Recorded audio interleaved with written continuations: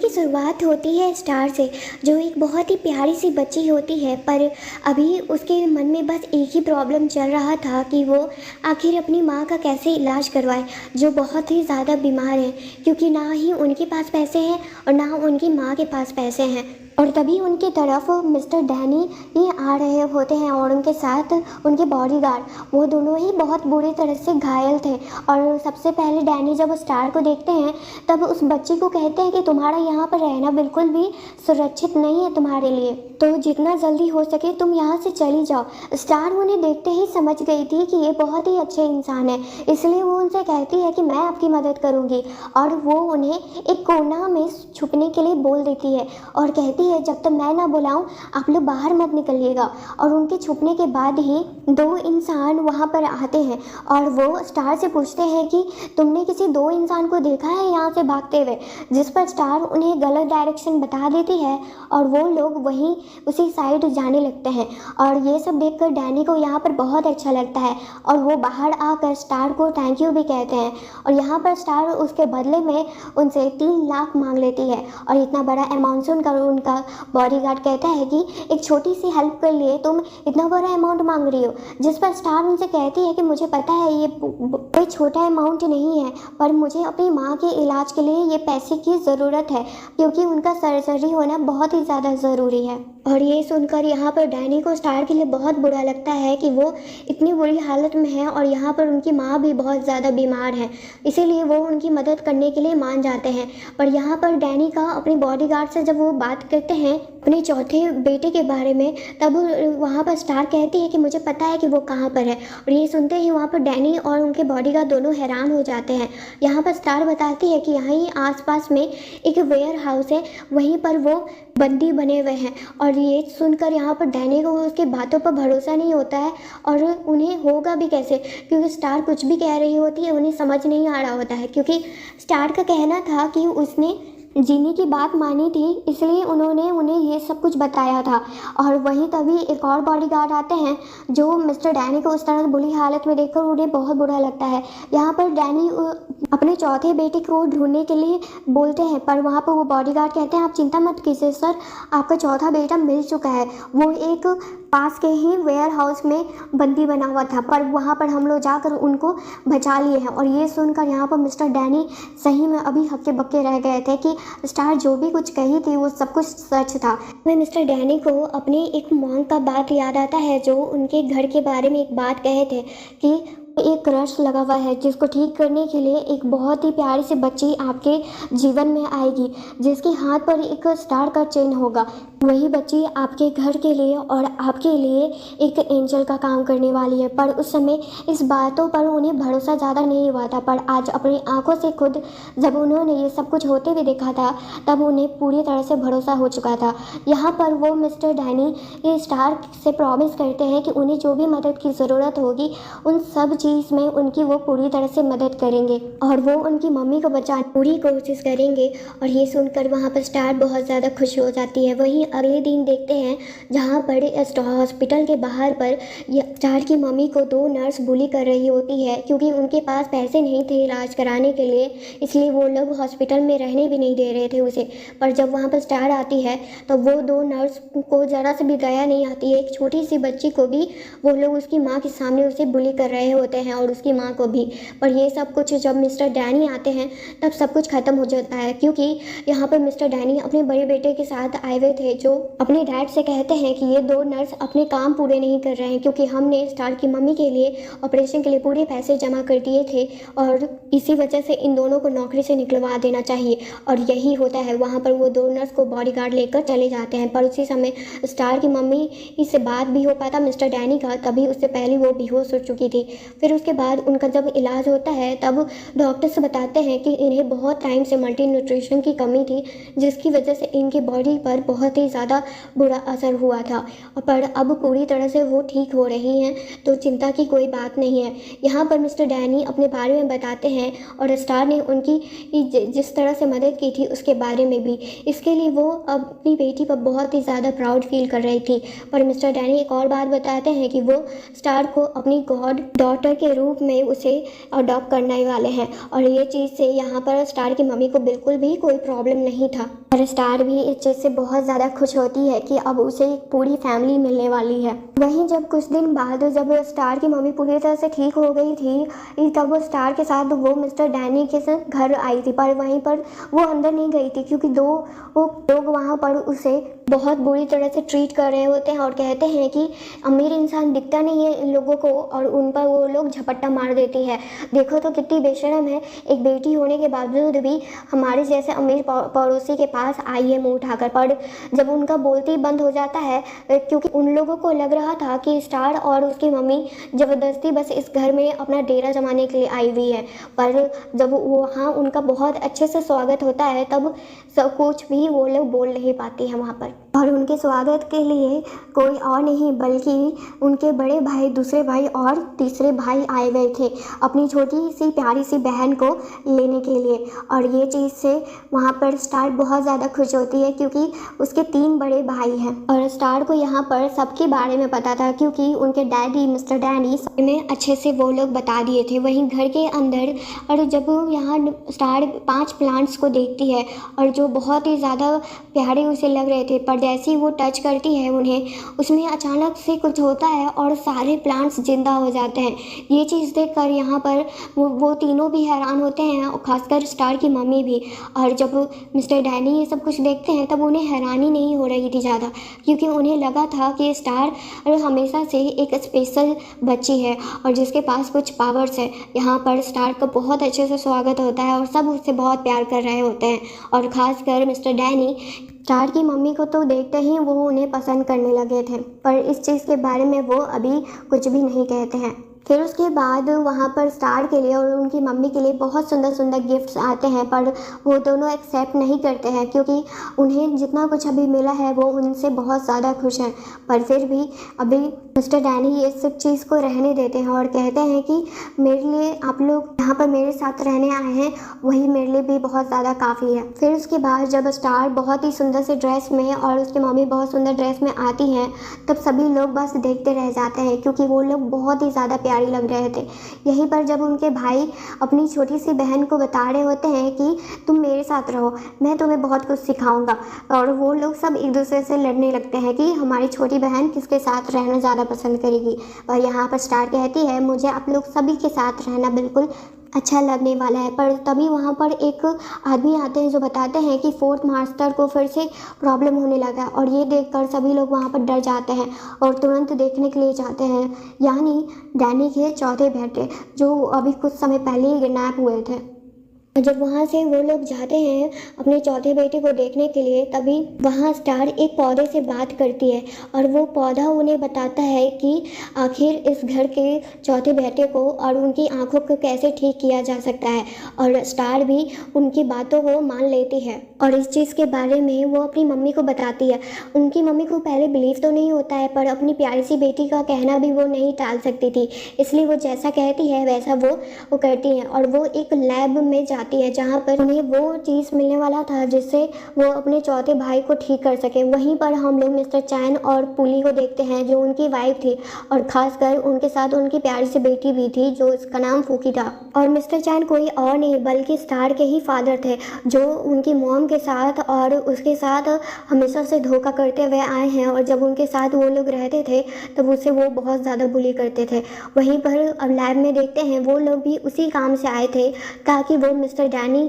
को इम्प्रेस कर सके उनके बेटे के इलाज के लिए कुछ देकर। और वहाँ आते ही वो लोग बस यहाँ पर स्टार और उसकी मम्मी को बुली कर रहे होते हैं और कहते हैं कि ये भिखारी लोग भी यहाँ पर आया करते हैं, ये चीज़ मुझे पता नहीं थी। और वहाँ पर जब एक डॉक्टर आते हैं और वो कहते हैं कि यहाँ वही चीज़ मिल सकता है जिसके पास पैसे हों, और यहाँ स्टार को जो चीज़ चाहिए था वो चीज़ उससे मिल नहीं पाता है क्योंकि उसके पास उतने पैसे नहीं थे। 3 लाख चाहिए थे, वो स्टार और ये पैसे वहाँ पर स्टार के पास नहीं थे और ना ही उसके मम्मी के पास थे। और यहाँ चैन इस चीज़ से बहुत ज़्यादा खुश हो जाते हैं कि उन्हें ये सब कुछ मिलेगा। पर वहीं पर स्टार को एक और फीलिंग आता है और वहाँ जो एक साइड में रखा हुआ था नीला सा चीज़, वो चीज़ उसे पता चल गया था कि उसी से उनके भाई का आँख ठीक होगा। तो वो डॉक्टर से कहते हैं कि मैं ये लेना चाहूँगी और उसे वो 600 यन में खरीद लेती है। पर वहाँ पर जो चैन और पुली उसका मजाक बनाने लगती है और ख़ासकर उसकी जो छोटी सी बेटी थी वो तो उन्हीं लोग की तरह नकचीरी थी और वहाँ पर वो स्टार को बहुत ज़्यादा सुनाती है। पर स्टार ज़्यादा नहीं सुनाती है क्योंकि वो फालतू लोगों से उतना बहस भी नहीं करती है और उन्हें इस चीज़ का पता नहीं था कि जो स्टार लेकर जा रही है वो बहुत ज़्यादा कीमती है और लाखों का तो वो चीज़ होना चाहिए। और जो चैन के हाथ में था जिन्होंने वो लाखों में उसे खरीदा था वो बहुत ही ज़्यादा बेकार था। और जब वहाँ से वो स्टार अपनी मम्मी के साथ जा रही थी तभी वहाँ पर मिस्टर डैनी आते हैं अपनी प्यारी सी बेटी को लेने के लिए और यहाँ पर उसे वो देखकर बहुत ज़्यादा खुश भी होते हैं। यहाँ वो बताती है कि वो बहुत ज़्यादा खुश है अपने डैडी को यहाँ पर देखकर और उसे अच्छा भी लगा था। वहीं जब चैन और उसकी मम्मी देखती हैं तब वो लोग बहुत ज़्यादा हैरान हो जाते हैं कि ये स्टार मिस्टर डैनी के साथ क्या कर रही है, वो उसके फादर कब से बन गए। ये चीज़ से बहुत ज़्यादा उन्हें हैरानी होती है। पर जितना देर में वो लोग बाहर आते उतनी देर में वहाँ से मिस्टर डैनी, स्टार और उसकी मम्मी सब चले गए थे। वहीं घर पर देखते हैं जहाँ पर दूसरे और तीसरे बेटे अपने चौथे भाई से बात कर रहे होते हैं तब वहाँ पर स्टार और फादर भी आते हैं जिससे मिलकर वहाँ पर जो चौथा बेटा था वो बहुत ज़्यादा गुस्सैल था। वो स्टार से अच्छे से बात भी नहीं करता था पर फिर भी स्टार उससे बहुत कामली बात कर रही होती है, इसीलिए क्योंकि स्टार समझ रही थी कि वो बहुत ही ज़्यादा प्रॉब्लम में है। पर वो उनसे प्रॉमिस करती है कि वो उसे ठीक करके रहेगी और उसके पास एक ऐसा चीज़ वो लाई है जिससे वो पूरी तरह से हमेशा हमेशा के लिए ठीक हो जाएंगे। और जब दूसरे बेटे उस चीज़ को देखते हैं तब वो समझ जाते हैं कि वो बहुत ज़्यादा ही कीमती चीज़ है और इससे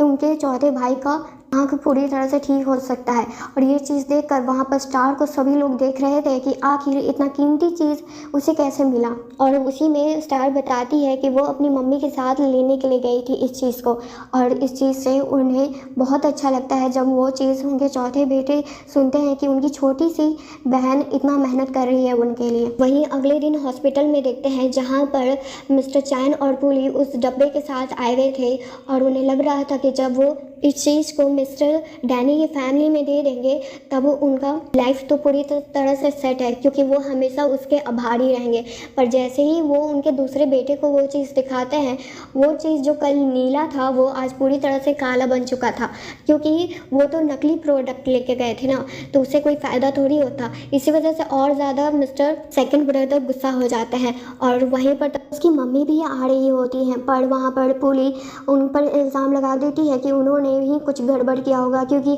हमने जब कल देखा था तब वो पूरी तरह से ठीक थे और यहाँ पर जो अभी ख़राब है इन्हीं लोगों की वजह से, इन्हीं लोगों ने कुछ चालाकी की होगी। और ये चीज़ सुनकर वहाँ पर बॉडीगार्ड आता है और पुली को एक जोरदार थप्पड़ लगा देता है और कहता है कि हमारी फिफ्थ मिस के बारे में ऐसा आप कुछ भी नहीं कह सकती हैं। और फिफ्थ मिस का नाम सुनते ही उन दोनों के पैरों तले ज़मीन खिंच जाती है क्योंकि उन्हें लगा नहीं था जिस लड़की को और उसकी माँ को उन्होंने धक्का मार के घर से निकाल दिया था वो आज इतने बड़े ख़ानदान की फैमिली मेम्बर बन चुकी थी और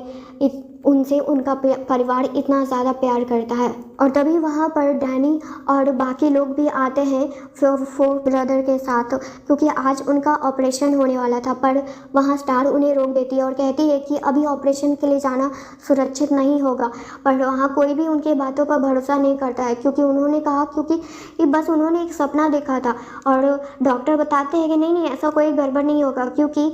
सक्सेस चांस 80% है, इसीलिए कोई दिक्कत की बात नहीं है। और वहाँ पर जब ऑपरेशन के लिए वो जाते हैं तब ऑपरेशन में डॉक्टर अपना अच्छे से काम करते हैं पर फिर भी वो फेल हो जाते हैं और ये सुनते ही वहाँ पर डैनी तो बहुत ज़्यादा डर गए थे, यहाँ तक उनकी पूरी परिवार डर चुकी थी। तभी वहाँ पर स्टार अंदर जाती है और जाते ही वो अपने भाई को उस तरह से देखकर उसे बिल्कुल अच्छा नहीं लग रहा होता है और वो अपने भाई को जागने के लिए कहती है। पर उतनी देर में वहाँ पुली ही अब छोटी सी बच्ची स्टार को ये कहती है कि सब इसकी वजह से हो रहा है, अगर ये ज़िंदा नहीं रहती तो वो सब कुछ अच्छा हो रहा होता है और फोर्थ मास्टर को कुछ भी नहीं होता। पर यहाँ पर स्टार उन लोगों की सारी बातों को वो इग्नोर करती है और वहाँ पर अपने भाई को पकड़ी हुई थी और कह रही होती है कि भाई प्लीज़ आप उठ जाइए, और इतना उनसे रिक्वेस्ट कर रही होती है। और धीरे धीरे उसका जो पावर था स्टार का वो धीरे धीरे फोर्थ ब्रदर में जा रहा था, जिसके कारण से वो तुरंत जाग जाते हैं और फिर उसके बाद ऑपरेशन होना शुरू होता है। ये चीज़ देखकर बाहर जब डैनी अपनी बेटी को गले से लगा लेते हैं और उससे पूछते हैं कि